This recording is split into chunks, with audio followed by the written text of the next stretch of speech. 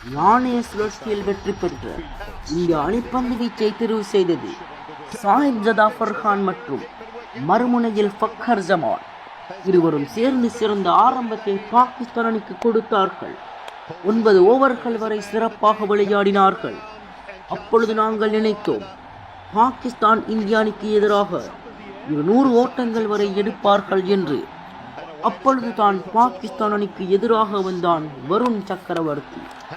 வந்த வேகத்திலேயே சிறப்பாக அரைச்சதம் அடித்து ஆடிக்கொண்டிருந்த சாஹிப் ஜதாஃபர் கானின் விக்கெட்டை வீழ்த்த 57 ரன்களுடன் வெளியேற்றினார். அடுத்தடுத்து விக்கெட்டுகள் சரிய ஆரம்பித்தது.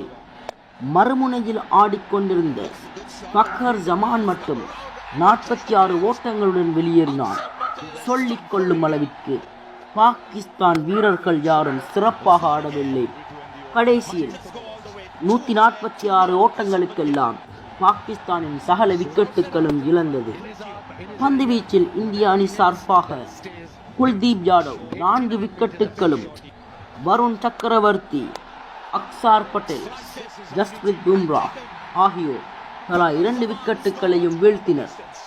அனைவரும் கூறினார்கள், 147 எல்லாம் ஒரு இலக்கா, இந்தியா இலகுவாக வெற்றி பெற்றுவிடும், அபிஷேக் சர்மா எல்லாம் இலகுவாக அடித்து விடுவார்கள் என்று. ஆனால் அங்கு நடந்தது வேறு. வஹீம் அஷ்ரப் வந்த வேகத்திலேயே அபிஷேக் சர்மாவின் விக்கெட்டை வீழ்த்தி மைதானத்திலிருந்து வெளியேற்றினார். சூரியகுமார் யாதவ், சுப்மன் கில் இருவரும் வேகமாக வெளியேற 20 ரன்களுக்கெல்லாம் இந்தியா 3 விக்கெட்டுகளை இழந்திருந்தது. திலாக் வர்மா மற்றும் சஞ்சு சாம்சன் இருவரும் சேர்ந்து வீழ்ந்திருந்த இன்னிங்ஸை கொஞ்சம் தாக்கி பிடித்து கொண்டு வந்தார்கள். ஒரு கட்டத்தில் சஞ்சு சாம்சன் ஆட்டம் இழந்து சென்றான். பிறகு திலாக் வர்மா மற்றும் சிஎம் துபே இருவரும் 50 ரன்களுக்கும் மேல் பார்ட்னர்ஷிப் போட்டு இறுதி நேரம் வரை சிறப்பாக விளையாடினர். இறுதி கட்டத்தில் சிஎம் துபே 33 ரன்களுடன் வெளியேற ரிங்கு சிங் மற்றும் திலாக் வர்மா இருவரும் சேர்ந்து போட்டியை முடித்து விட்டார்கள். இதில் திலாக் வர்மா 69 ஓட்டங்களுடன் ஆட்டமிழக்காமல் ஆடியிருந்தார்.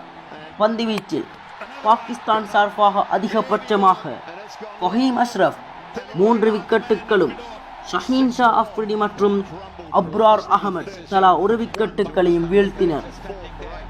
இந்த வெற்றியின் மூலம் இந்தியா அணி 9வது முறையாகவும் ஆசிய சாம்பியன்ஸ் ஆனது.